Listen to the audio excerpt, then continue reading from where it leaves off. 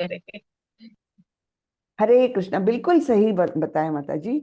ये इसलिए तो भक्ति योग क्यों प्रधान कहा गया है, भक्ति योग सबसे अच्छा क्यों कहा गया है, वो हम यही देखने वाले हैं कि ये सुख पूर्वक ये किया जा सकता है। और तो और जहाँ है वहीं पर किया जा सकता है। आपको ये नहीं कि घर द्वार छोड़ने की जरूरत है। हम्म कुछ भी नहीं, इसीलिए तो भक्ति योग बताया है। और अंत में, छठे अध्याय के अंत में भगवान यही बोलते हैं, योगी नाम अपि सर्वेशा मद गते नांतरात्मना। है ना। तो योगियों में सर्वश्रेष्ठ कौन है? योगी तो अलग अलग प्रकार के हैं, हमने देखा। कर्म योगी है, कोई ज्ञान योगी है, कोई अष्टांग योगी है। लेकिन सभी योगियों में श्रेष्ठ कौन? भक्ति योगी। भक्ति योग भक्ति। सर्वश्रेष्ठ, ये भगवान ने छठे अध्याय के अंत में बताया है। इसलिए क्योंकि ये सारे इम्प्रैक्टिकल, अष्टांग योग खास करके, जिसको अर्जुन ने कहा है ये अव्यावहारिक है, इम्प्रैक्टिकल है, सबको ये पॉसिबल ही नहीं है। तो इसलिए भगवान बताते हैं कि भक्त योग, योगी नाम अपि सर्वेशा मद्गते नांतरात्मना श्रद्धावान भजते यो मां समे युक्त तमो मताहा। हाँ? और उसके पहले भगवान ने बताया है, इस मतलब लास्ट बट वन श्लोक में भगवान ने बताया है कि किस प्रकार योगी को कर्म, दूसरे जो कार्य है, सकाम कर्म हो, दूसरे कार्य है उससे, या वेदाध्ययन हो, या तपस्या हो, या यज्ञ हो, इनसे प्राप्त होने वाले फल योगी को वैसे ही मिल जाते हैं। ये भी बताया है ना। जी तो माँ। जी, तो इस प्रकार से हम देखते हैं अब भक्ति योग जो सर्वश्रेष्ठ योग है, ऐसा भगवान स्वयं बताते हैं। और उसके लिए सर्वश्रेष्ठ भक्ति योगी कौन है? तो गोपियां, है ना। तो गोपियां जो निरंतर भगवान का स्मरण करती रहती थी, निरंतर भगवान के लिए ही सोचती रहती थी, उन्हीं के लिए कार्य करती थी, उन्हीं के लिए सचती थी। जो भी कार्य है तो पूर्ण तरह से उनके जैसे दिलो दिमाग में छाए हुए थे कृष्ण। है ना। तो यद्यपि अपने घर में रहना होता था उनको, लेकिन फिर भी सोचती रहती थी कृष्ण के बारे में।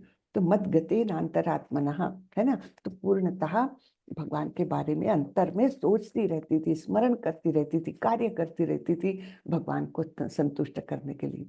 तो इसलिए उनको सर्वश्रेष्ठ भक्त कहा गया है। हमें भक्ति। वही सीखना है।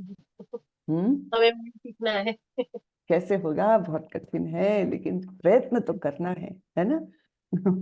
अरे तो कार्य करते हुए भगवान को याद करना है 24 घंटे, हमेशा, हर पल, हर क्षण। सही बात है। तो चलिए, मैं शेयर करती हूँ सातवां अध्याय और फिर हम देखेंगे इस भगवत ज्ञान में क्या हमको प्राप्त होता है। अध्याय सातवां, भगवत ज्ञान। श्री भगवानुवाच मय्यासक्तमनः पार्थ योगं युञ्जन्मदाश्रयः असंशयं समग्रं मां यथा ज्ञास्यसि तच्छृणु। तो भगवान कहते हैं, श्री भगवान ने कहा, हे पृथा पुत्र, अब सुनो कि तुम किस तरह मेरी भावना से पूर्ण होकर और मन को मुझ में आसक्त करके योगाभ्यास करते हुए मुझे पूर्णतया संशय रहित जान सकते हो। तो जब हम भगवान को पूर्णतया जान लेंगे तब तो कहीं रिश्ता बनाएंगे, है ना। तो इसलिए भगवान के बारे में सब कुछ जानना बहुत आवश्यक है। सब कुछ तो कोई नहीं जान सकता, खैर, क्योंकि भगवान स्वयं बोलते हैं कि मुझे पूर्ण रूप से कोई भी नहीं जान सकता। जितने महर्षि होके गए, इतने देवता लोग हो है, कोई भी मुझे पूर्ण रूप से नहीं जान सकता। केवल मैं ही अपने आप को अपनी ही अंतरंगा शक्ति से जान सकता हूँ। हाँ, लेकिन कुछ तो हम जानकारी हासिल करें। इसलिए इस सातवें अध्याय, 7 से लेकर 12 तक के अध्याय में भगवान की शक्तियों का, भगवान की प्रकृतियों का और भगवान के स्वरूप का विशद वर्णन हमको, उनके ऐश्वर्य का विशद वर्णन हमको देखने मिलेगा। तो क्या बोल रहे हैं? अब सुनो। तो ये सुनने की जो क्रिया है ना, ये बहुत ही महत्वपूर्ण है। सबसे पहले कौन सी स्टेज आती है? श्रवणम। नवधा भक्ति में, नवधा भक्ति की शुरुआत ही श्रवणम से है। श्रवणम यानी सुनना, है ना। तो बहुत ही आवश्यक है ये, कि जितना ज्यादा हम सुनेंगे भगवान के बारे में, जितना भक्ति के बारे में सुनेंगे, भक्तों के बारे में सुनेंगे, उतनी धीरे धीरे हमारी भी प्रगाढ़ता आती जाएगी भक्ति में। तो सुनने की क्रिया अत्यंत आवश्यक है। तो कौन से नवधा भक्ति में, नौ नौ प्रकार की भक्ति में, एक तो है सबसे पहला श्रवणम, फिर दूसरा है कीर्तनम यानी बोलो मुख से, फिर स्मरणम, स्मरण तो तीसरा आता है। जब तक श्रवण और कीर्तन नहीं करेंगे स्मरण तक जाना मुश्किल ही है ना। फिर क्या है, श्रवणम, कीर्तनम, स्मरणम। स्मरणम किसका स्मरण करना है? विष्णु का स्मरण करना है। कीर्तन किसका करना है? विष्णु का अर्थात कृष्ण का। फिर स्मरणम, फिर वंदनम, अर्चनम, पाद सेवन। चौथा पाद सेवनम, एक मिनट, श्रवणम, कीर्तनम, स्मरणम, पाद सेवनम, थैंक यू माता जी, फिर वंदनम, अर्चनम, दास्यम, साख्यम, आत्मनिवेदनम। तो ये नवधा भक्ति है। हाँ, नौ तरीके से भक्ति है। और कोई भी एक मार्ग या एक से अधिक मार्ग अपना करके हम पूर्णतः भक्ति में सफल हो सकते हैं। तो जैसे परीक्षित महाराज ने केवल श्रवणम करके उन्होंने परम सिद्धि प्राप्त की, अर्थात मुक्ति, भगवत धाम को प्राप्त किया। उन्होंने क्या श्रवण किया था? भागवतम का स्मरण किया था। जब उनको पता चला था कि बस अभी मेरे पास 7 दिन है जीने के लिए, उसके बाद तो मुझे तक्षक सांप आएगा और काट लेगा और मेरी मृत्यु होगी, ये उनको तो श्राप ही मिला था। तो 7 दिन का समय था उनके पास। अब उनको 7 दिन का समय था और उन्होंने उसका पूर्ण उपयोग किया। शुक मुनि से भागवतम सुना बिना खंड लिए। 1 सेकंड को भी कि पानी पीने के लिए जा रहे या कुछ करने के लिए, खाने के लिए जा रहे, कुछ भी बिना ब्रेक, हाँ, अनइंटरप्टेड, ऐसे उन्होंने वो श्रवण किया और अंत में भगवत धाम को प्राप्त किया।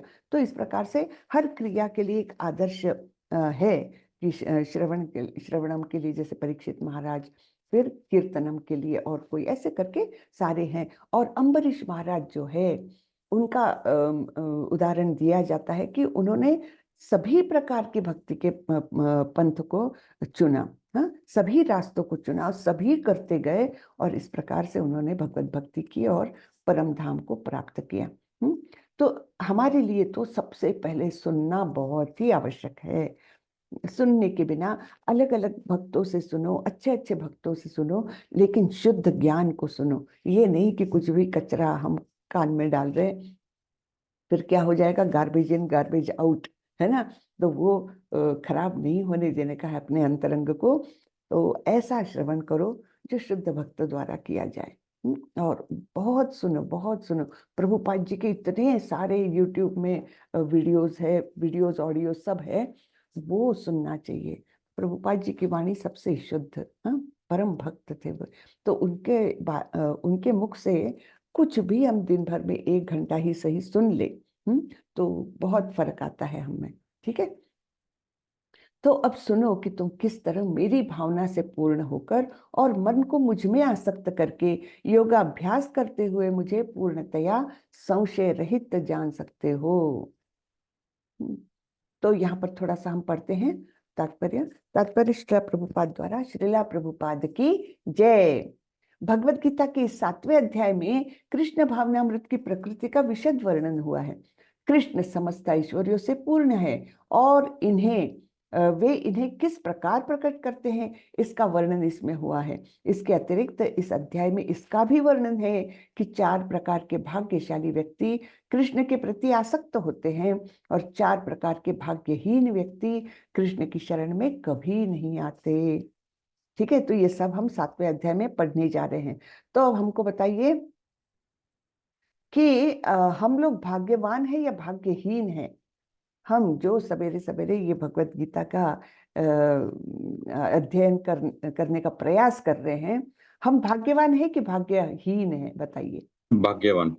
भाग्यवान है जी, निश्चित रूप से हम कम से कम भाग्यवान तो है कि भगवान के नाम का श्रवण करने में हमको इंटरेस्ट है, रुचि है, कुछ तो रुचि है, कुछ तो श्रद्धा है ना। इसलिए निश्चित रूप से हम भाग्यवान हैं। अब इसी भाग्य की वृद्धि करनी है हमको, इसको खराब नहीं करने देना, होने देना है।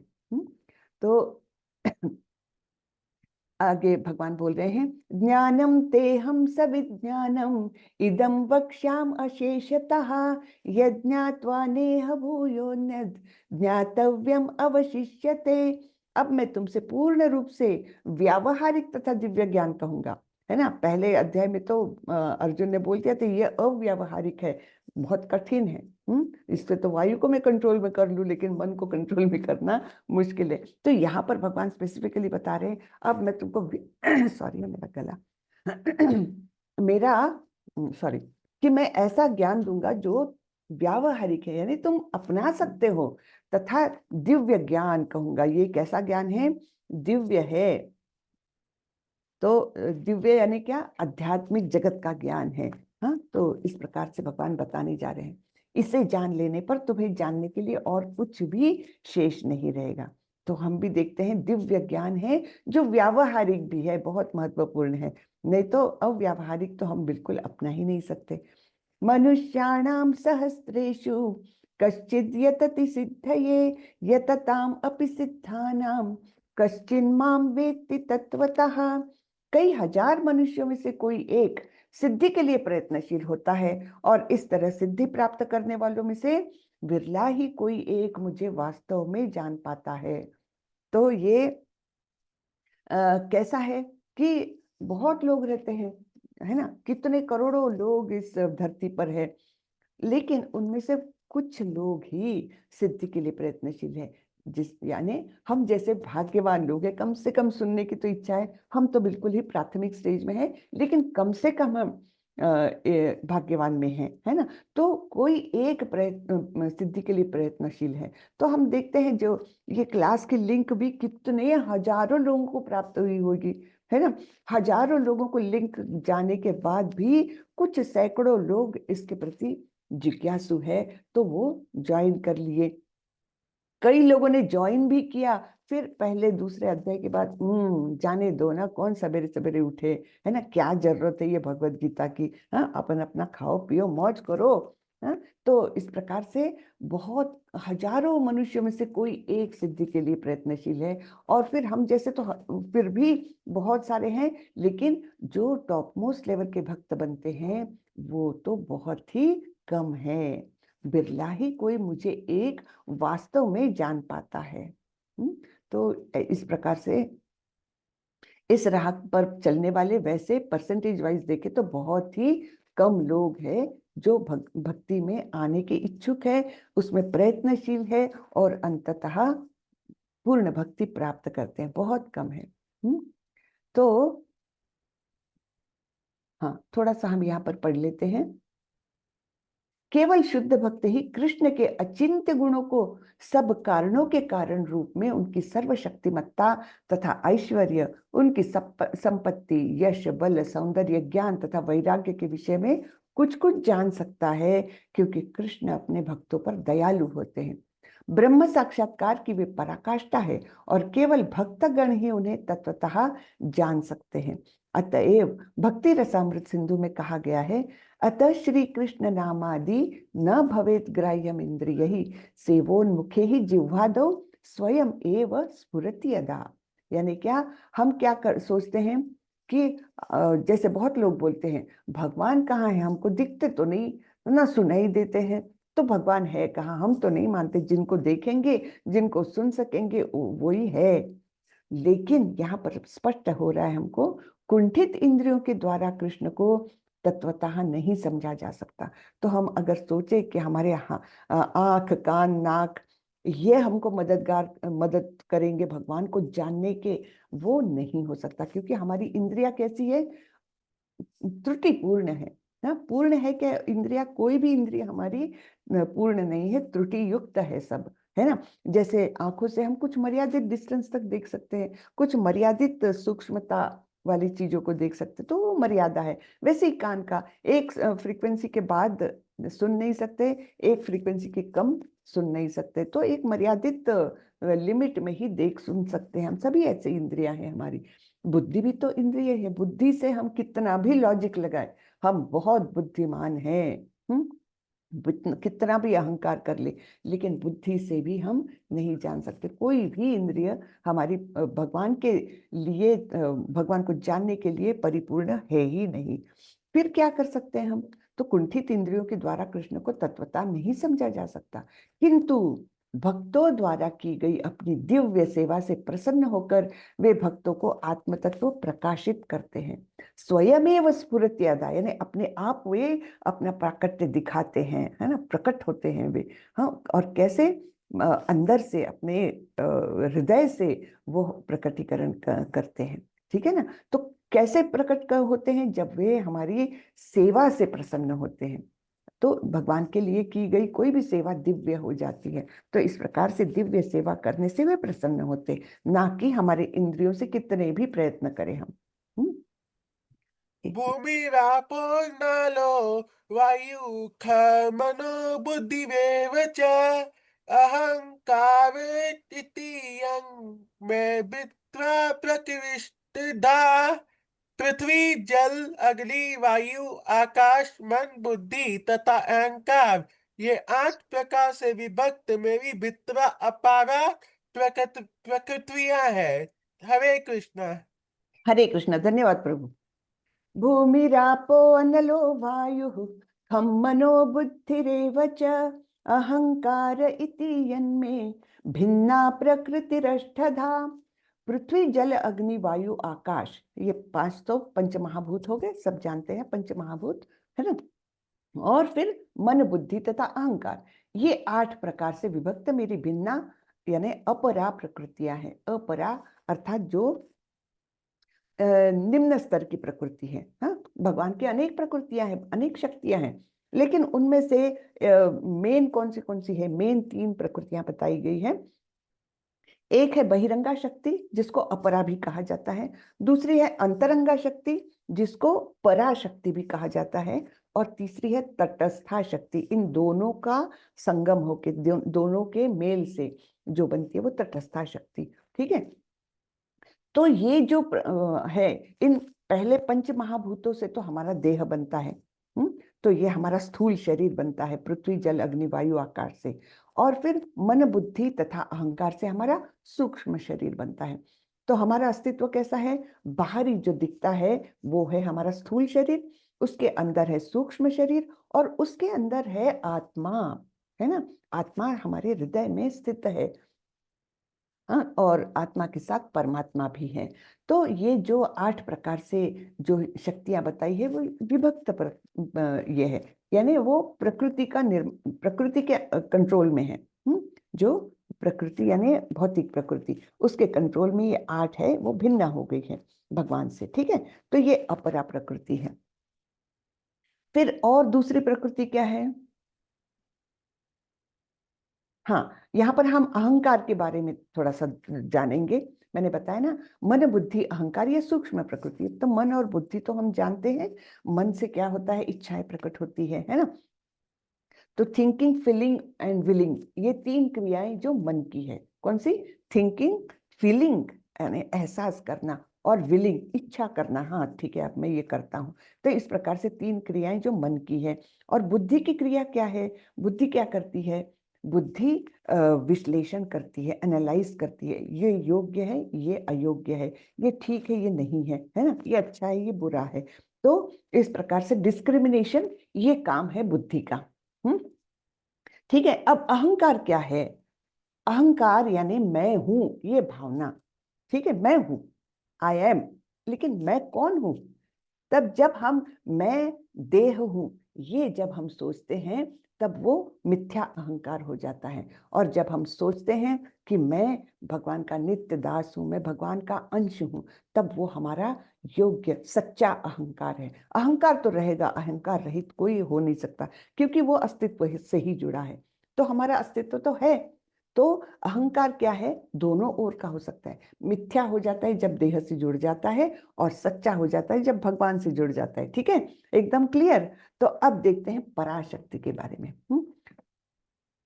अपरेयमितस्त्वन्यान् प्रकृतिं विद्धि मे परां जीवभूतां महाबाहो ययेदं धार्यते जगत। हे महाबाहु अर्जुन, इनके अतिरिक्त मेरी एक अन्य पराशक्ति है, जो उन जीवों से युक्त है जो इस भौतिक अपरा प्रकृति के साधनों का विदोहन कर रहे हैं।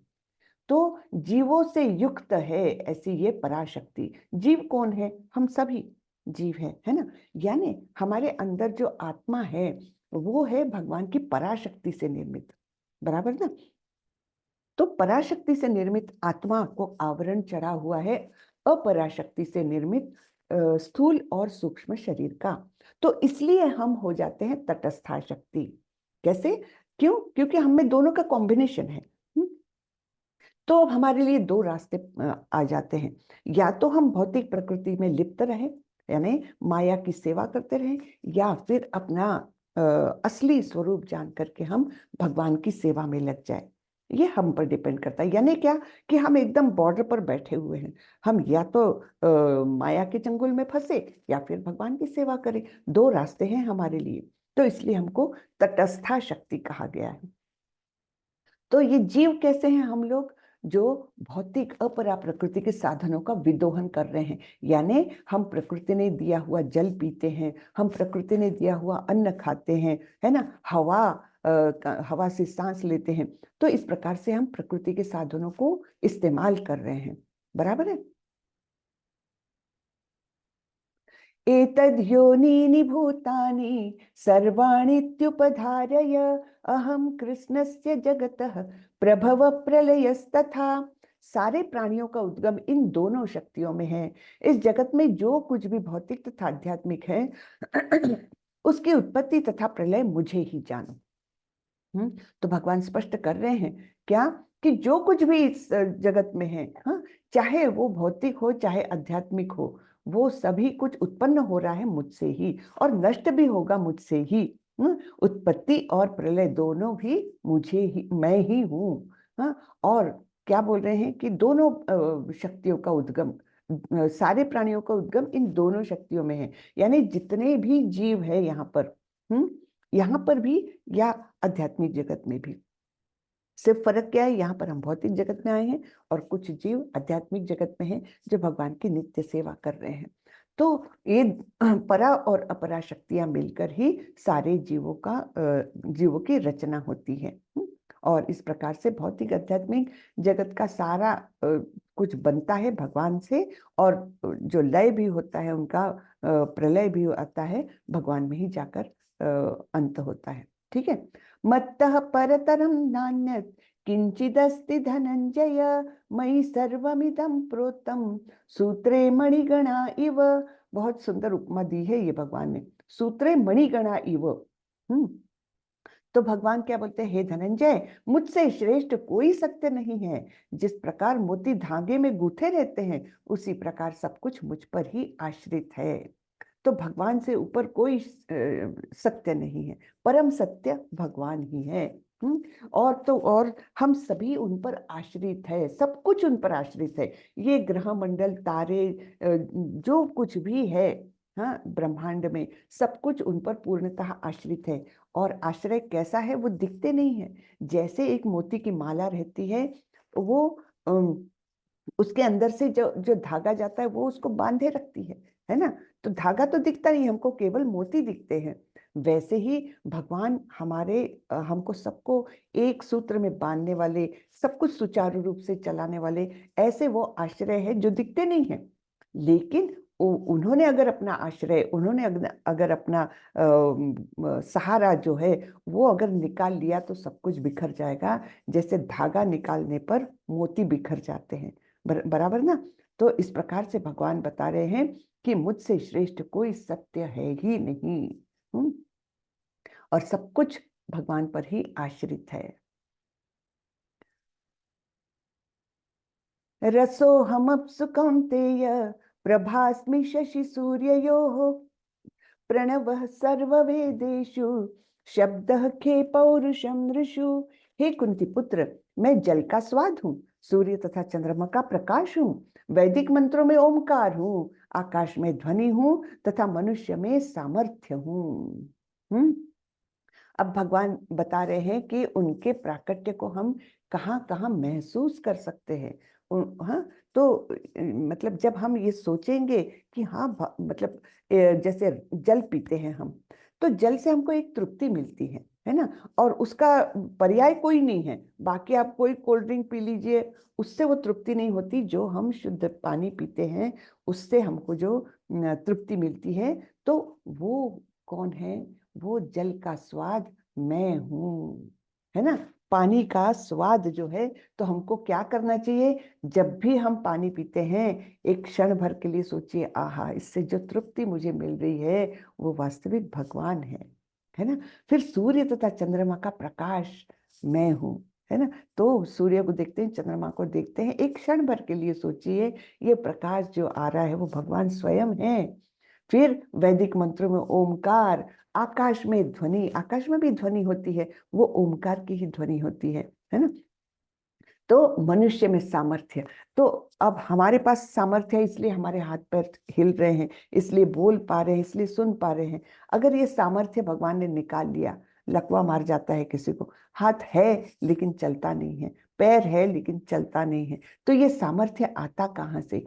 ये सामर्थ्य भी भगवान है ना। तो हर जगह पर भगवान के कृपा के बिना, भगवान के अस्तित्व के बिना कुछ भी नहीं हो सकता। तो ये अब तो इस श्लोक में बताया है कि भगवान किस प्रकार अपनी विविध परा तथा अपरा शक्तियों द्वारा सर्वव्यापी है, सब जगह पर है। वे एक भी स्थान ऐसा नहीं कि भगवान वहां पर नहीं है, हम सर्वव्यापी है। परमेश्वर की प्रारंभिक अनुभूति उनकी विभिन्न शक्तियों द्वारा हो सकती है, और इस प्रकार उनका निराकार रूप में अनुभव होता है। तो ये प्रभुपाद जी के जब तात्पर्य पढ़ते हैं ना, तब हमारी संकल्पनाएं सब क्लियर होती जाती है। इसलिए आप सब लोग भी इसको पढ़ने का प्रयास करें, अपने पास भगवत गीता यथारूप जरूर जरूर रखें और उसका पठन करें। तो जिस प्रकार सूर्य देवता एक पुरुष है और अपनी सर्वव्यापी शक्ति अर्थात सूर्य प्रकाश द्वारा अनुभव किया जाता है, उसी प्रकार भगवान अपने धाम में रहते हुए भी अपनी सर्वव्यापी शक्तियों द्वारा अनुभव किए जाते हैं। तो यहाँ पर यानी एक उपमा दी गई है हमको। हम सूर्य को देखते हैं, इसलिए सूर्य के बारे में थोड़ा तो भी समझ सकते हैं। तो सूर्य तो एक स्थान पर है, उनकी किरणें सब जगह फैलती है और उनकी अनुभूति हमको होती है। तो सर्वव्यापी है उनका प्रकाश, और प्रकाश क्या है? उनकी एक शक्ति है।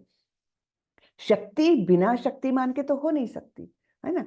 शक्तिमान होगा तभी वो शक्तियां रहेगी। तो वैसे सूर्य है और सूर्य शक्तिमान है, और उस जो प्रकाश है वो उनकी शक्तियां हैं। तो शक्तिमान और शक्ति, वैसे ही भगवान के स्वरूप को हमने जानना चाहिए। भगवान तो नित्य धाम में अपने हैं, गोलोक वृंदावन में रहते हैं, लेकिन उन्होंने सब कुछ व्याप्त किया हुआ है।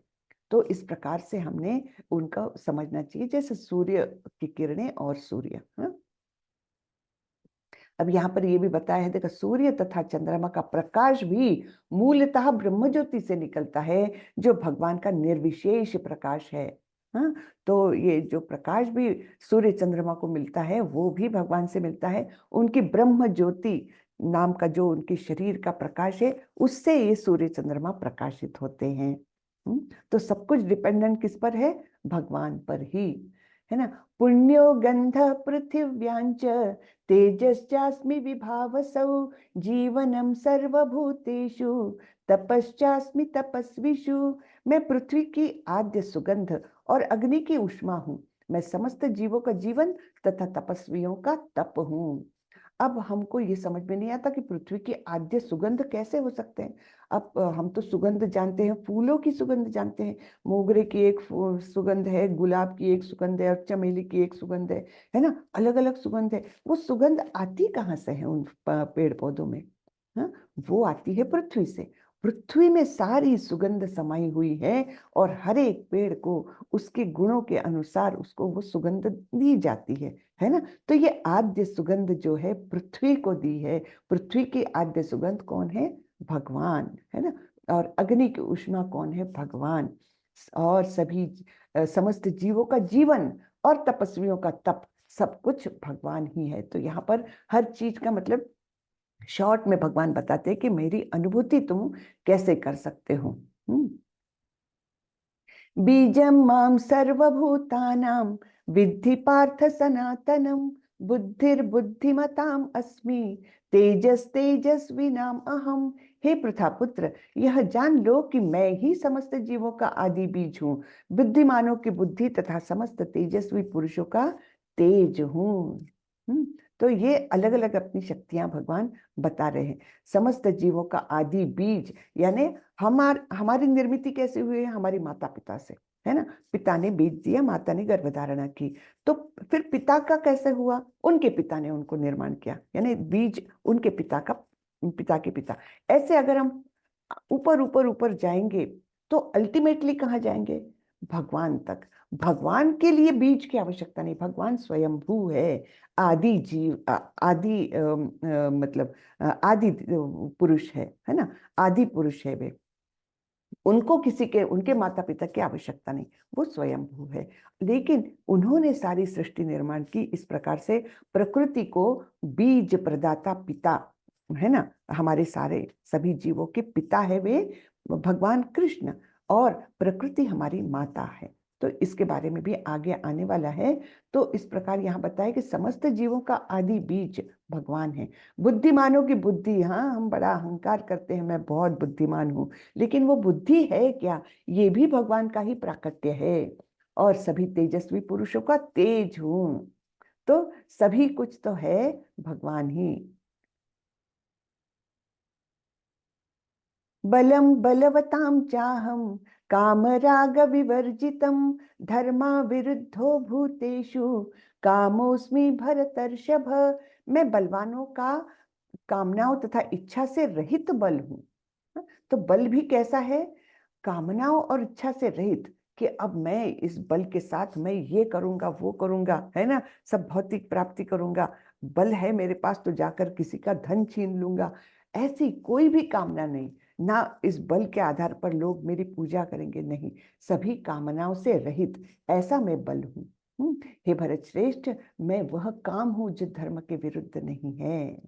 तो जो काम वासना के बारे में बता रहे हैं, धर्म के विरुद्ध नहीं है, अर्थात जो धर्म के अनुसार है, विवाह बंधन में रहते हुए जो काम है वो मैं हूँ। विवाह बंधन से बाहर का जो काम है वो मैं नहीं हूँ, है ना। वो फिर गलत उसमें आ जाते हैं, ठीक है ना। ये चैव सात्विका भावा राजसास्तामसाश्च ये मत्त एवेति तान् विद्धि न त्वहं तेषु ते मयि। तुम जान लो कि मेरी शक्ति द्वारा सारे गुण प्रकट होते हैं, चाहे वे सतोगुण हो, रजोगुण हो या तमोगुण हो। एक प्रकार से मैं सब कुछ हूँ, किंतु हूँ स्वतंत्र। मैं प्रकृति के गुणों के अधीन नहीं हूँ, अपितु वे मेरे अधीन हैं। तो ये सारे प्रकृति के गुण भी क्या है? वो भी भगवान की ही शक्ति है। हाँ, और इस प्रकार से भगवान है सभी कुछ, सब कुछ भगवान है, फिर भी वे कुछ नहीं है, ऐसे बोलते हैं। फिर भी मैं स्वतंत्र हूँ, मेरा अस्तित्व फिर भी इनसे चिपका हुआ नहीं है, इनसे लिप्त नहीं है। मेरा अस्तित्व फिर भी इनसे स्वतंत्र है। मैं प्रकृति के गुणों के अधीन नहीं हूँ, अपितु वे मेरे अधीन हैं। यानी क्या?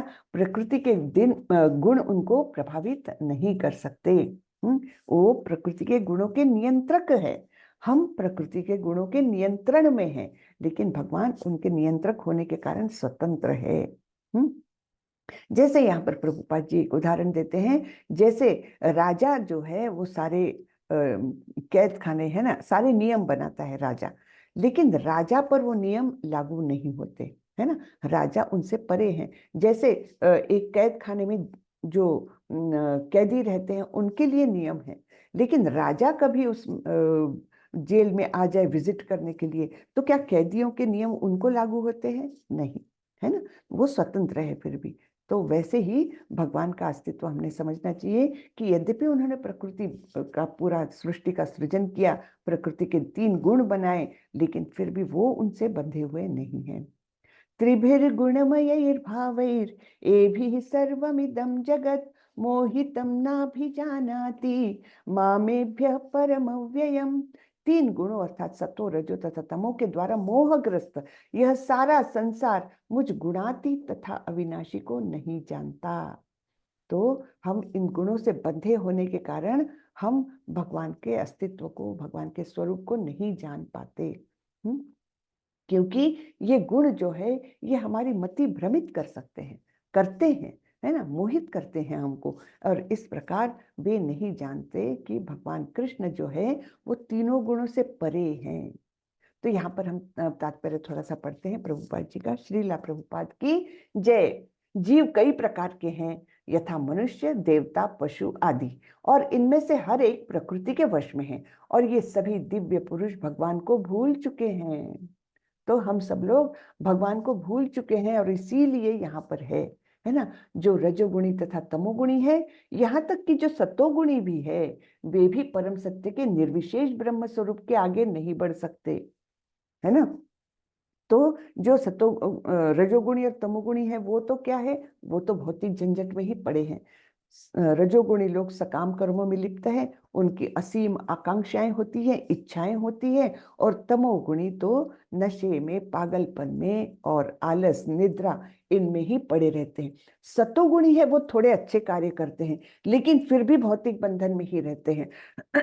तो ज्यादा से ज्यादा उनको क्या लगता है कि हाँ, भगवान यानी एक ऐसे तेजपुंज, एक बिंदु है, और उस पर ध्यान केंद्रित करने से हम सबके परे हो जाएंगे। लेकिन वो निर्विशेष ब्रह्म जो है, वो तो भगवान को जानने की तीसरी सीढ़ी है ना। तो सबसे जो लोएस्ट सीढ़ी है वो ब्रह्म ज्योति, उसके बाद परमात्मा, और उसके बाद भगवान जो द्विभुज रूपी श्याम सुंदर रूप में विराजमान है अपने गोलोक वृंदावन धाम में, है ना। तो निर्विशेष ब्रह्म जो है, वो तो भगवान को जानने की सबसे छोटी सीढ़ी है, सबसे पहला स्टेप है, ठीक है। तो वहां से आगे नहीं बढ़ पाते। वे सब भगवान के साक्षात स्वरूप के समक्ष संभ्रमित हो जाते हैं, जिसमें सारा सौंदर्य, ऐश्वर्य, ज्ञान, बल, यश तथा त्याग भरा है। जब सतोगुणी तक इस स्वरूप को नहीं समझ पाते, तो उनसे क्या आशा की जाए जो रजोगुणी तथा तमोगुणी हैं। कृष्ण भावनामृत प्रकृति के इन तीनों गुणों से परे हैं। तो ये जो कृष्ण भावनामृत है, जो कृष्ण की भक्ति है, वो इन तीनों गुणों से परे हैं, और जो लोग निस्संदेह कृष्ण भावनामृत में स्थित है, वे ही वास्तव में मुक्त है। तो जिनके मन में कोई भी संदेह नहीं है कि ये कृष्ण भावनामृत ही जो है, वही भक्ति है जो हमको भगवान तक पहुंचा सकती है। तो इस प्रकार से भक्ति में जो रत है, वो यहाँ रहते हुए भी, भौतिक जगत में रहते हुए भी, दूसरे लोगों के समान ही जिनका व्यवहार रहता है, फिर भी वे वास्तव में मुक्त है। देवी होशा गुणमयी मम माया दुरातया मामेव ये प्रफन्ते मायामिता तरन्ति ते। दैवी हेषा गुणमयी मम माया दुरत्यया मामेव ये प्रपद्यन्ते मायाम एताम तरन्ति ते। तो ये बहुत ही महत्वपूर्ण श्लोक है। एक्चुअली ये अगर हम समझ जाए ना, तो बहुत सारे हमारे प्रॉब्लम्स वैसे ही खत्म होते हैं। कैसे? यहाँ पर भगवान बोलते हैं कि प्रकृति के 3 गुणों वाली इस मेरी दैवी शक्ति को पार कर पाना कठिन है। तो ये प्रकृति जो है, भौतिक प्रकृति जो है, तो ये 3 गुणों से युक्त है। हम जानते हैं सतो रजो तमो, इन तीनों गुणों से युक्त है। गुण यानी क्या? गुण यानी रस्सी। हाँ, संस्कृत में गुण का अर्थ है रस्सी। तो इन तीनों गुणों से हम बंधे हुए हैं। एक प्रकार से इसका वर्णन भवसागर कहा जाता है इसको। तो ऐसा सागर है जहां पर हम सभी जीव गोते लगा रहे हैं। किसी को तैरना आता नहीं है, आता भी है तो कितनी देर तैरेगा, है ना। महासागर को पार करना क्या किसी तैराक के लिए पॉसिबल है? नहीं, क्योंकि सांस ही उखड़ने लग जाएगी, थक जाएंगे। और ऐसा सागर है ये कि इसका ओर छोर कहीं दिख नहीं रहा, कहीं कोई किनारा नहीं दिख रहा। जितने जीव आसपास है, कोई हमारी मदद नहीं कर सकता, क्योंकि वे स्वयं अपनी जान बचाने के पीछे गोते खा रहे हैं।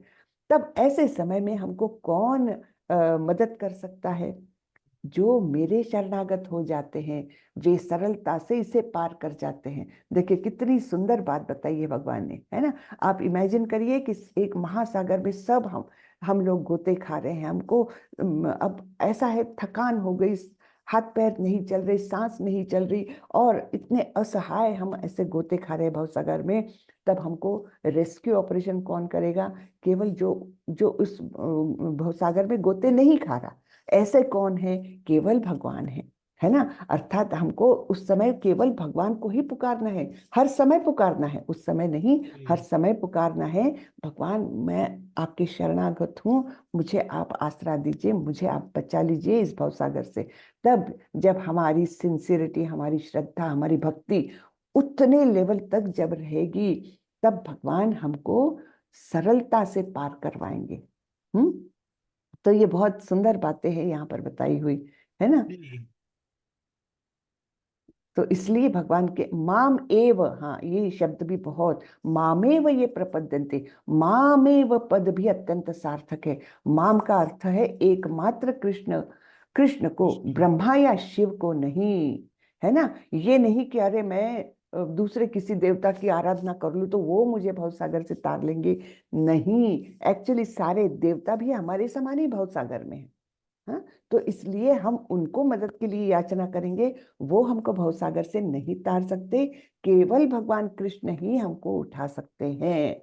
तो मामेव, केवल मुझे जो शरण आता है वही उसको मैं तार लेता हूँ। नमाम दुष्कृतिनो मूढ़ा प्रपद्यन्ते नराधमः मायया अपहृत ज्ञाना आसुरम भावम आश्रिता। तो ये 4 प्रकार के भाग्यहीन लोगों के बारे में भगवान बताने जा रहे हैं। कौन से 4 लोग हैं? जो निपट मूर्ख है, जो मनुष्यों में अधम है, जिनका ज्ञान माया द्वारा हर लिया गया है, तथा जो असुरों की नास्तिक प्रकृति को धारण करने वाले हैं। ऐसे दुष्ट मेरी शरण ग्रहण नहीं करते।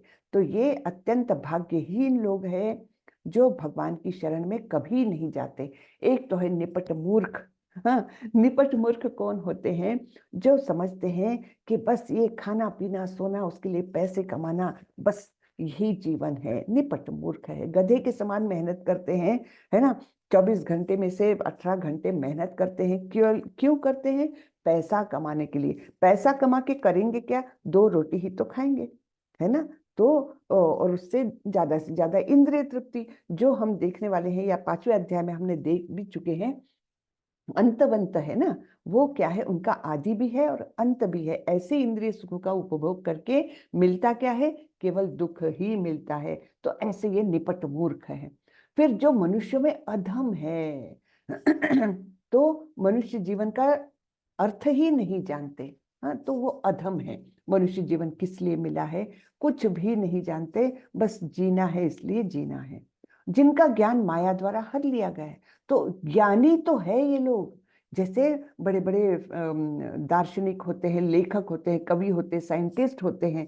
ज्ञानी तो है, लेकिन ज्ञान कौन सा है? भौतिक ज्ञान है। और मतलब तो असली ज्ञान उनका माया द्वारा हर लिया गया है। इन्हें ऐसे ही लोग ज्यादातर होते हैं जो बोलते हैं भगवान कहाँ है। हाँ, ये तो सब ऐसे उत्पन्न हुआ, एक बिग बैंग थियरी बता देंगे और कुछ कुछ बता देंगे, है ना। तो इस प्रकार से जीवों की निर्मित हुई है और फिर डेवलपमेंट हुई है। ये कौन सी डेवलपमेंट है? जहां पर हम भगवान से दूर जा रहे हैं। तो ये भगवान से जब दूर जा रहे हैं तो निश्चित रूप से हम माया द्वारा हमारा हरण किया जा रहा है। तो इस प्रकार से ये तीसरी कैटेगरी है जिनका ज्ञान माया द्वारा हर लिया गया है। तो ये लोग समाज में प्रतिष्ठित रहते हैं, लेकिन वास्तविक रूप में भगवान की नजरों में ये भाग्यहीन है। तथा जो असुरों की नास्तिक प्रकृति को धारण किए हुए हैं, है ना। यानी क्या कि भगवान के अस्तित्व को ही नकारते हैं वो लोग। तो ऐसे दुष्ट मेरी शरण ग्रहण नहीं करते। यहाँ पर भगवान ने, सॉरी, प्रभुपाद जी ने बहुत विशद डिस्क्रिप्शन दिया है हर एक के बारे में। मूढ़ कौन है? तो ये जो बहुत कठिन श्रम करने वाले हैं, मूढ़। हाँ, फिर आगे देखते हैं, ये नराधम है। नराधम कौन है? नर का अर्थ है मनुष्य और अधम का अर्थ है सबसे नीच। यानी 84 लाख जीव योनियों में से 4 लाख मानव योनियां हैं। टोटल 84 लाख योनियां हैं, उसमें से 4 लाख मानव की है। अब आप सोचोगे 4 लाख मानव कैसे हो सकते हैं?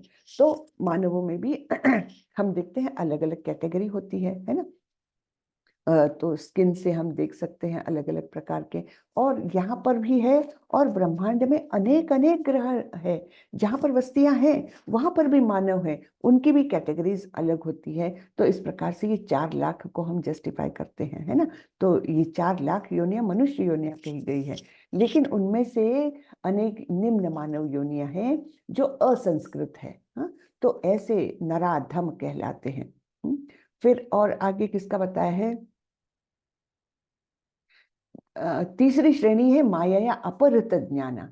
तो ऐसे व्यक्तियों का की जिनका प्रकांड ज्ञान माया के प्रभाव से शून्य हो गया है, ये अधिकांशतः बुद्धिमान व्यक्ति होते हैं, जैसे दार्शनिक, कवि, साहित्यकार, वैज्ञानिक इत्यादि। लेकिन माया के द्वारा इनकी मति खराब हो गई है, वो भगवान को नहीं मानते और भगवान की शरण कभी ग्रहण नहीं करते।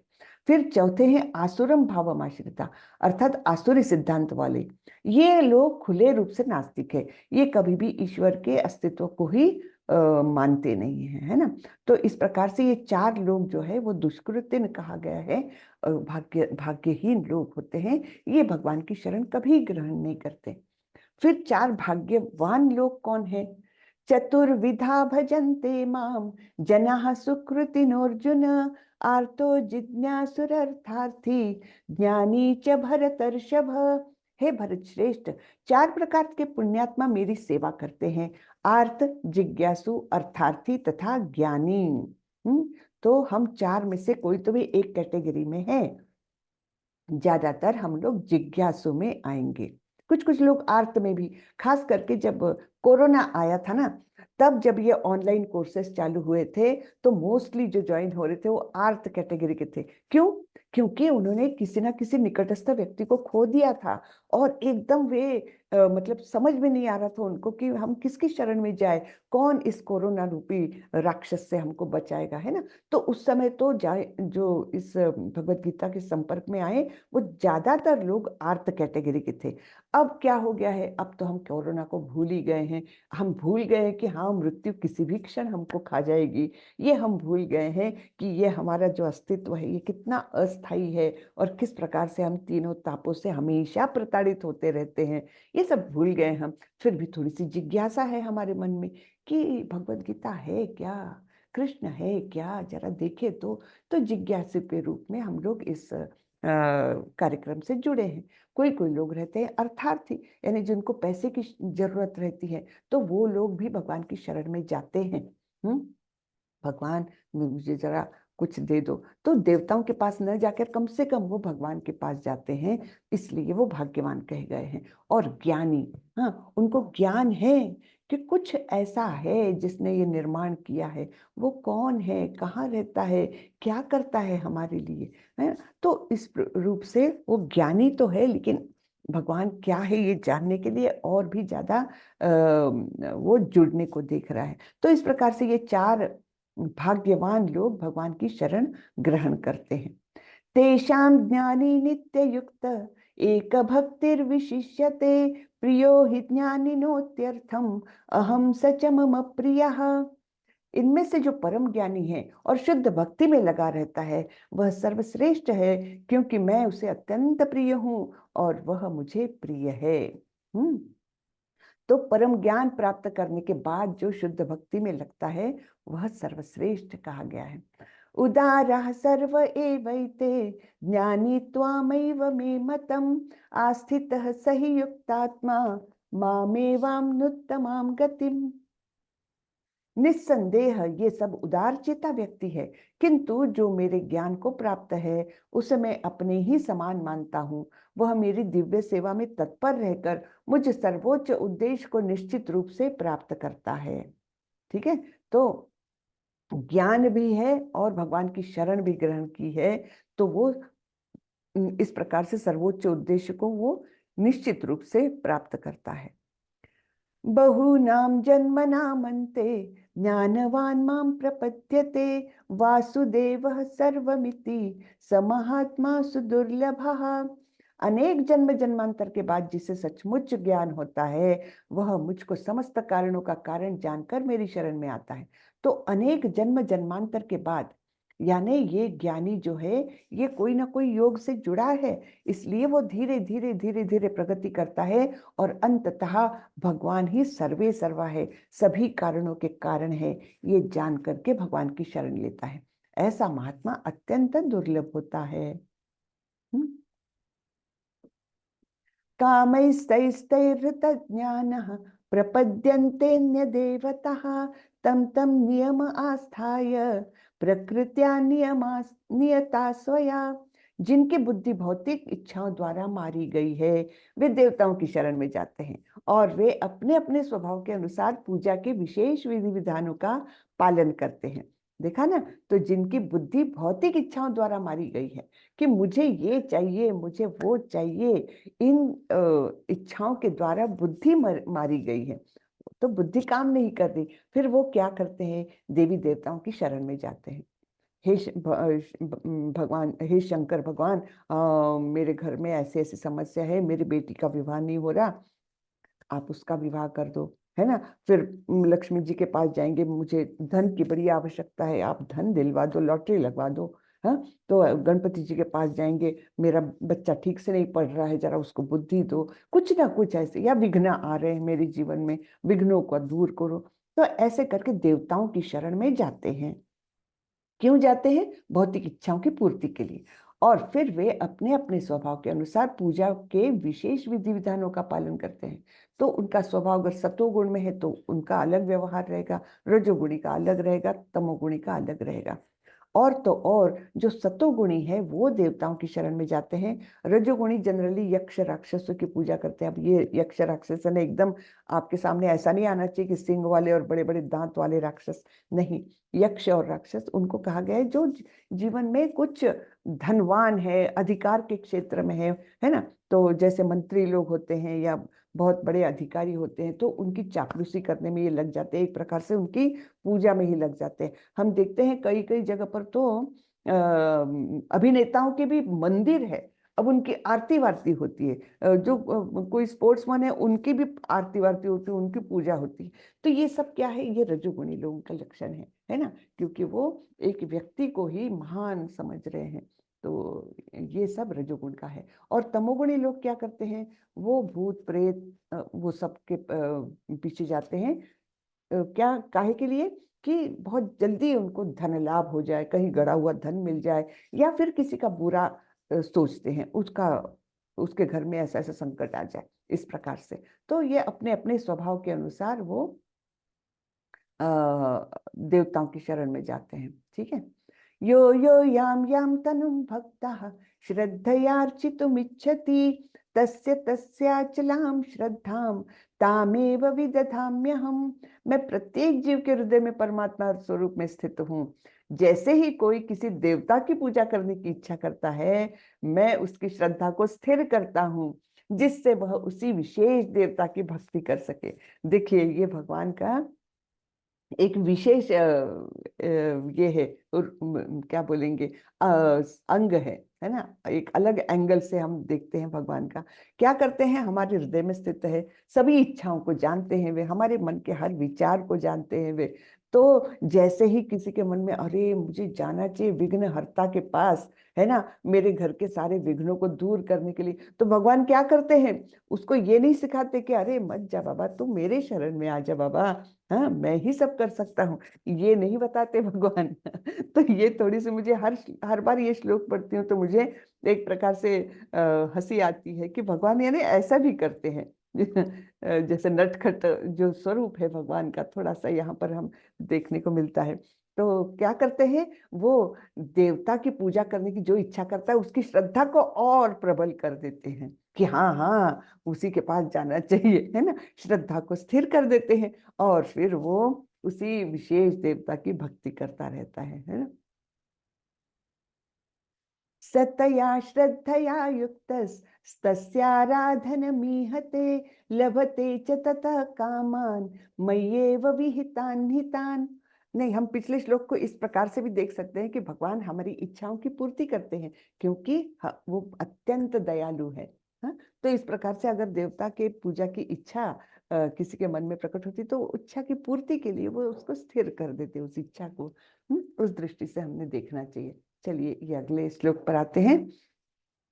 ऐसी श्रद्धा से समन्वित वह देवता विशेष की पूजा करने का यत्न करता है और अपनी इच्छा की पूर्ति करता है, किंतु वास्तविकता तो यह है कि ये सारे लाभ केवल मेरे द्वारा प्रदत्त है। हाँ, तो ऐसा नहीं है कि गणपति जी आपके विघ्न दूर करेंगे, या ऐसा नहीं है कि शिव जी आपकी बेटी का विवाह तय करेंगे। भगवान ये सब कुछ देते हैं, एम्पावर करते हैं उनको। जब ऐसी इच्छाएं देवताओं के पास जाती है तो देवता लोग तो जाते हैं अप्रूवल के लिए भगवान के पास, क्षीरोदकशाही विष्णु के पास जाते हैं, और उनको ये इच्छाएं पता है ही, लेकिन फिर भी बताते हैं। और फिर भगवान बोलते ठीक है, इसकी इच्छा पूरी कर दो। इस प्रकार से फिर देवता करते हैं, लेकिन अप्रूवल किसका चाहिए? भगवान कृष्ण का चाहिए, विष्णु का चाहिए, है ना। तो इस प्रकार से ये लाभ केवल मेरे द्वारा प्रदत्त है, ये भगवान बता रहे हैं। अपने को लगता है कि देवता लोग, देखो फटाफट मेरी इच्छा पूरी हुई ना, मैंने बस 4 बार गया मंदिर में और देखो मेरी इच्छा पूरी कर दी इन देवता ने, है ना। लेकिन एक्चुअली ये सब लाभ जो होता है वो सारा केवल कृष्ण द्वारा होता है। और ये लाभ फिर कैसे है, इसके बारे में आप देखिए। अंतवन्तु फलं तेषां तद्भवत्यल्पमेधसां देवान् देवयजो यान्ति मद्भक्ता यान्ति मामपि। अल्प बुद्धि वाले व्यक्ति देवताओं की पूजा करते हैं और उन्हें प्राप्त होने वाले फल सीमित तथा क्षणिक होते हैं। तो जो देवताओं की पूजा करते हैं उनका वर्णन कैसा किया है भगवान ने? अल्प बुद्धि वाले हैं। और तो और देवता से उनको वो मिल गया, चलो जो कुछ उनकी इच्छा थी वो पूरी हो गई। लेकिन वो कैसे होते हैं फल? वो सीमित, लिमिटेड होते हैं और बहुत ही क्षणिक होते हैं, मतलब कुछ दिनों के लिए, ज्यादा से ज्यादा कितने, तो हमारा जीवन खत्म होने तक। जीवन तो वैसे ही क्षणिक है, उसमें वो लाभ कितने क्षणिक होंगे, है ना। तो इस प्रकार ये जो कुछ देवताओं से मिलता है वो सीमित और क्षणिक होते हैं। लेकिन जो भगवान से लाभ मिलता है वो हमको इस भौतिकता से भी ऊपर ले जा सकता है, जो परमानेंट है ना। क्योंकि इस जीवन के बाद फिर अगले जीवन में फिर से वही सब संकट आने ही हैं। तो हम क्षणिक बातें क्यों मांगे, हम सीमित बातें क्यों मांगे? हम भगवान के पास जाए और उनसे ऐसा ऐसा वरदान मांगे कि जिससे हमको ये भौतिकता से ही सब छुटकारा मिल जाए, है ना। परमानेंट स्थान मिल जाए, जहां पर ना ये 3 ताप है ना, ना 3 गुण है, और सारी समस्याओं से ही मुक्ति है। तो इस प्रकार से जो बुद्धिमान लोग हैं वो भगवान की शरण में जाते हैं, अल्प बुद्धि वाले देवताओं की शरण में जाते हैं, ठीक है ना। तो देवताओं की पूजा करने वाले देवलोक को जाते हैं, किंतु मेरे भक्त अंततः मेरे परम धाम को प्राप्त होते हैं। तो देवलोक भी क्या है, वहां पर थोड़ी सी इंद्रिय तृप्ति के साधन ज्यादा है, वहां पर आयु ज्यादा है। यहाँ 100 साल जीते, वहां पर 1000 साल जिएंगे, और तो कुछ नहीं, है ना। तो इंद्रिय तृप्ति है वहां पर, लेकिन है तो टेम्पररी। देवताओं की भी मृत्यु होती है, फिर पुनर्जन्म होता है। तो इस प्रकार से जो लाभ मिलते हैं वो टेम्पररी मिलते हैं। लेकिन एक बार हम अगर परम धाम को गए तो ऐसा धाम है वो कि पुनर्जन्म न विद्यते, फिर से पुनर्जन्म लेना ही नहीं पड़ता, ठीक है। अव्यक्तम व्यक्तिमापन्नम मन्यते माम अबुद्धयः परम भावम अजानन्तो ममाव्ययमनुत्तमम्। बुद्धिहीन मनुष्य मुझको ठीक से न जानने के कारण सोचते हैं कि मैं अर्थात भगवान कृष्ण पहले निराकार था और अब मैंने इस स्वरूप को धारण किया है। वे अपने अल्पज्ञान के कारण मेरी अविनाशी तथा सर्वोच्च प्रकृति को नहीं जान पाते। तो लोगों को क्या लगता है, हाँ अभी कृष्ण दिख रहे हैं, ये उस समय के लोगों की बात बता रहे तो, लेकिन ये पहले अव्यक्त थे, फिर अभिव्यक्त हो गए, फिर से अव्यक्त हो जाएंगे, नहीं गायब हो जाएंगे, है ना। लेकिन भगवान का स्वरूप ऐसा नहीं है, भगवान नित्य नियमित रहते हैं। केवल हमारे हमको दृष्टि से ओझल हो जाते हैं। नाहं प्रकाशः सर्वस्य योग माया समावृतः मूढ़ोऽयं नाभिजानाति लोको माम अजमव्ययम्। मैं मूर्खों तथा अल्पज्ञों के लिए कभी भी प्रकट नहीं हूँ, ठीक है। मूर्ख और अल्पज्ञ जो बोलते हैं ना कि भगवान कहाँ है, हाँ, ये तो सब अपने आप हो रहा है, तो उनके लिए कभी भी मैं प्रकट नहीं होता हूँ। उनके लिए तो मैं अपनी अंतरंगा शक्ति द्वारा आच्छादित रहता हूँ। अतः वे यह नहीं जान पाते कि मैं अजन्मा तथा अविनाशी हूँ। तो भगवान के स्वरूप को वो कभी नहीं जान पाते। और भगवान कैसे अपने आप को आच्छादित करते हैं? जैसे सूर्य के सामने एक बादल आ जाए तो सूर्य नहीं दिखते हैं, है ना? वैसे ही भगवान अपने आप को ढक लेते हैं। वेदाहं समतीतानि वर्तमानानि चार्जुन भविष्याणि च भूतानि माम तु वेद न कश्चन। हे अर्जुन, श्री भगवान होने के नाते मैं जो कुछ भूतकाल में घटित हो चुका है, जो वर्तमान में घटित हो रहा है और जो आगे होने वाला है, वह सब कुछ जानता हूँ। मैं समस्त जीवों को भी जानता हूँ, किंतु मुझे कोई नहीं जानता। ठीक है? तो भगवान त्रिकालदर्शी है, भूतकाल वर्तमान भविष्य सब कुछ उनको ज्ञात है ना? तो इस प्रकार से भगवान का अस्तित्व है। इच्छा द्वेष समुत्थेन द्वंद्व मोहेन भारत सर्वभूतानि सम्मोहम सर्गे यान्ति परंतप। हे भरतवंशी, हे शत्रु विजेता, समस्त जीव जन्म लेकर इच्छा तथा घृणा से उत्पन्न द्वंद्वों से मोहग्रस्त होकर मोह को प्राप्त होते हैं। तो जो भी इस भौतिक जगत में आया तो वो क्या है? एक तो 3 गुण से बंध गया और फिर अपने आप को देह मानकर सारी उसकी एक्टिविटीज होने लग गए, है ना? देहात्म बुद्धि जिसको बोलते हैं। और फिर इच्छा और घृणा, हाँ, इनसे हम बहुत ही मोहग्रस्त हो जाते हैं। ये मेरी इच्छा है और मतलब ये मुझे पसंद है, ये मुझे पसंद नहीं है। ये द्वंद्व जो है, इनके कारण हम मोहग्रस्त होते रहते हैं। येषां त्वन्तगतं पापं जनानां पुण्यकर्मणां ते द्वंद्वमोह निर्मुक्ता भजन्ते मां दृढ़व्रतः। जिन मनुष्यों ने पूर्व जन्मों में तथा इस जन्म में पुण्य कर्म किए हैं और जिनके पाप कर्मों का पूर्णतया उच्छेदन हो चुका है, वे मोह के द्वंद्वों से मुक्त हो जाते हैं और वे संकल्प पूर्वक मेरी सेवा में तत्पर होते हैं। तो क्राइटेरियन क्या है? कि पिछले जन्मों के भी पाप कर्म और इस जन्म के भी पाप कर्म, उनका उच्छेदन हो गया है पूर्णतया। हाँ, सारे नष्ट हो गए हैं। यानी या तो हमने उन पाप कर्मों के फल भोग लिए हैं या हमने पाप कर्म किए नहीं हैं और केवल पुण्य कर्म कर रहे हैं, है ना? तो ऐसे लोग मोह के द्वंद्व से मुक्त हो जाते हैं। यानी समभाव उनमें आ जाता है। ये मेरा है, ये तेरा है, इस प्रकार का, या ये अच्छा है, ये बुरा है, इस प्रकार की द्वंद्व में वो नहीं फंसते, द्वंद्व से मुक्त हो जाते हैं। और ऐसे लोग भगवान की सेवा कर सकते हैं। हाँ, तत्पर हो जाते हैं भगवान की सेवा में। ये भक्ति के लिए अत्यंत आवश्यक गुण बताया है। जरा मरण मोक्षाय मामाश्रित्य यतन्ति ये ते ब्रह्म तद्विदु कृष्णम अध्यात्मम कर्म चाखिलम। जो जरा तथा मृत्यु से मुक्ति पाने के लिए यत्नशील होते हैं, वे बुद्धिमान व्यक्ति मेरी भक्ति की शरण ग्रहण करते हैं। तो बुढ़ापा और मृत्यु ये हमको कब नहीं मिलेगा? हाँ, इस शरीर में रहते हुए तो हमको बुढ़ापा आना ही है और मृत्यु होनी ही है, क्योंकि शरीर का जन्म हुआ है। लेकिन जो व्यक्ति इससे पार होने को चाहता है, तो उसके लिए भगवान की शरण में जाने के अलावा कोई मार्ग नहीं है।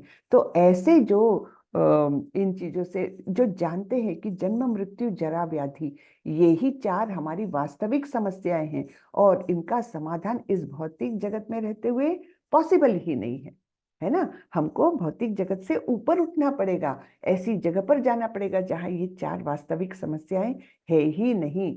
वो स्थान कौन सा है? वो भगवत धाम है। और इसलिए भगवान के धाम जाने के लिए भक्ति की शरण ग्रहण करना आवश्यक है। तो वे वास्तव में ब्रह्म हैं, क्योंकि वे दिव्य कर्मों के विषय में पूरी तरह से जानते हैं। तो यानी ये वास्तव में ब्रह्म। अब ब्रह्म तो शब्द ऐसा है जो आत्मा के लिए भी नियोजित किया जाता है, आत्मा के लिए भी वापरा जाता है। तो ब्रह्म जानाति इति ब्राह्मण कहा जाता है। जो अपने बारे में, आत्मा के बारे में जानता है, तो वो इस प्रकार से दिव्य कर्मों के बारे में जानता है और भगवान की शरण ग्रहण करता है। साधिभूताधिदैवं मां साधियज्ञञ्च ये विदुः प्रयाण कालेऽपि च मां ते विदुर्युक्तचेतसः। जो मुझ परमेश्वर को मेरी पूर्ण चेतना में रहकर मुझे जगत का, देवताओं का तथा समस्त यज्ञ विधियों का नियामक जानते हैं, वे अपनी मृत्यु के समय भी मुझ भगवान को जान और समझ सकते हैं। तो ये अंतिम श्लोक है और इसी के लिंक से अगला अध्याय शुरू होने वाला है। तो क्या बोल रहे हैं भगवान? जो मुझ परमेश्वर को मेरी पूर्ण चेतना में रहकर, तो भगवान को कौन जान सकता है? हमने पिछले श्लोक में देखा, जो द्वंद्व मोह निर्मुक्ता है ना, जो द्वंद्वों से मुक्त हो गया है, जो पुण्यात्मा है, वो भगवान की पूर्ण चेतना में रहकर भगवान के स्वरूप को, अर्थात भगवान को ही जगत का, देवताओं का तथा समस्त यज्ञ विधियों का नियामक जानते हैं। नियामक यानी कंट्रोलर, केवल भगवान के कंट्रोल में है ये सब कुछ। पूर्ण जगत, देवता और जो भी कार्य होते हैं वो सब कुछ भगवान के कंट्रोल में है। ऐसे लोग ही अपनी मृत्यु के समय मुझ भगवान को जान और समझ सकते हैं। मृत्यु के समय भी भगवान का स्मरण उनको हो सकता है। तो ये बताया गया है यहाँ पर। तो ये क्या है? ये भगवत ज्ञान, भगवान के बारे में ज्ञान इस अध्याय से हमको मिला कि भगवान के अस्तित्व का प्राकट्य हम कहाँ कहाँ महसूस कर सकते हैं, अनुभव कर सकते हैं। वो हमने देखा, रसोहम अप्सु कौन्तेय प्रभास्मि, शशि सूर्य, पानी का स्वाद, सूर्य चंद्रमा का प्रकाश, है ना, सब देखा हमने। पृथ्वी का गंध, ये सब कुछ भगवान द्वारा ही प्रदत्त है। और हमने इस अध्याय में देखा परा और अपरा शक्तियों के बारे में। तो हमारे जो स्थूल देह है, सूक्ष्म देह है, वो भगवान की अपरा शक्ति द्वारा निर्मित है, लेकिन आत्मा जो है वो भगवान की पराशक्ति है। तो इस प्रकार हम तटस्था शक्ति है। हरे कृष्णा। किसी को कुछ पूछना है तो पूछे, नहीं तो हम आज का समाप्त करते हैं। हरे कृष्णा। माता जी, हरे कृष्ण माता जी। माता जी, ये परा और अपरा फिर से बताइए ना एक बार। जी, दो प्रमुख यानी तीन प्रमुख शक्तियां हैं, उसमें से दो ये है अपरा और परा। तो अपरा ये भिन्न शक्ति है, यानी भगवान से भिन्न हो गई, छटक गई। हाँ, भगवान से अभी जुड़ी नहीं है भगवान, लेकिन फिर भी प्रदत्त है शक्ति है वो भगवान की ही। तो उससे ये पंच महाभूत निर्मित है और उसी से मन बुद्धि अहंकार निर्मित है। तो ये 8 अंगों वाली ये भिन्न प्रकृति कहा गया है भगवान की अपरा शक्ति। उससे प्रकृति से फिर ये जो पंच महाभूत है उनकी निर्मित हुई और ये सारे मन बुद्धि अहंकार। तो ये आवरण है। जब हम ब्रह्मांड को देखते हैं ना, तो इन 8 चीजों का आवरण उस पर दिखता है अगर आप गोलोक चार्ट को देखेंगे तो। और पराशक्ति जो है वो अंतरंगा शक्ति भी कहलाती है, वो श्रेष्ठ शक्ति है। उससे जीवों का निर्माण होता है। जीव यानी हमारी आत्मा। तो आत्मा हमेशा परमात्मा से जुड़ी रहती है जब, है ना। तो इस प्रकार से हम सभी जीव जो है भगवान के अंश है, जो भगवान 15वें अध्याय में भी बताते हैं, ममैवांशो जीवलोके जीवभूता सनातना। तो मेरे ही अंश है, ये शाश्वत अंश है सारे जीव। तो ये जीव जो बने हैं वो पराशक्ति से बने हुए हैं। और जब हम भौतिक जगत में आते हैं तो परा और अपरा शक्तियों का संयोग होकर के हम पूरे तरह से बने हैं। यानी हमारा जो बाहरी आवरण है वो अपरा शक्तियों से बना है और अंदर से हम तो पराशक्ति है। तो इस प्रकार से हम तटस्था शक्ति कहलाते हैं जीव, है ना। भौतिक जगत में आए हुए जीव तटस्था शक्ति कहलाते हैं। तो ये है परा और अपरा शक्ति। क्या मैं बता पाई माता जी आपका प्रश्न? ठीक जी जी माता जी, बहुत जी। बहुत बहुत सुंदर माता जी, धन्यवाद। जी, हरे कृष्णा। हरे कृष्ण। किसी को कुछ प्रश्न हो तो पूछे, नहीं तो हम रिकॉर्डिंग क्लोज करती हूँ।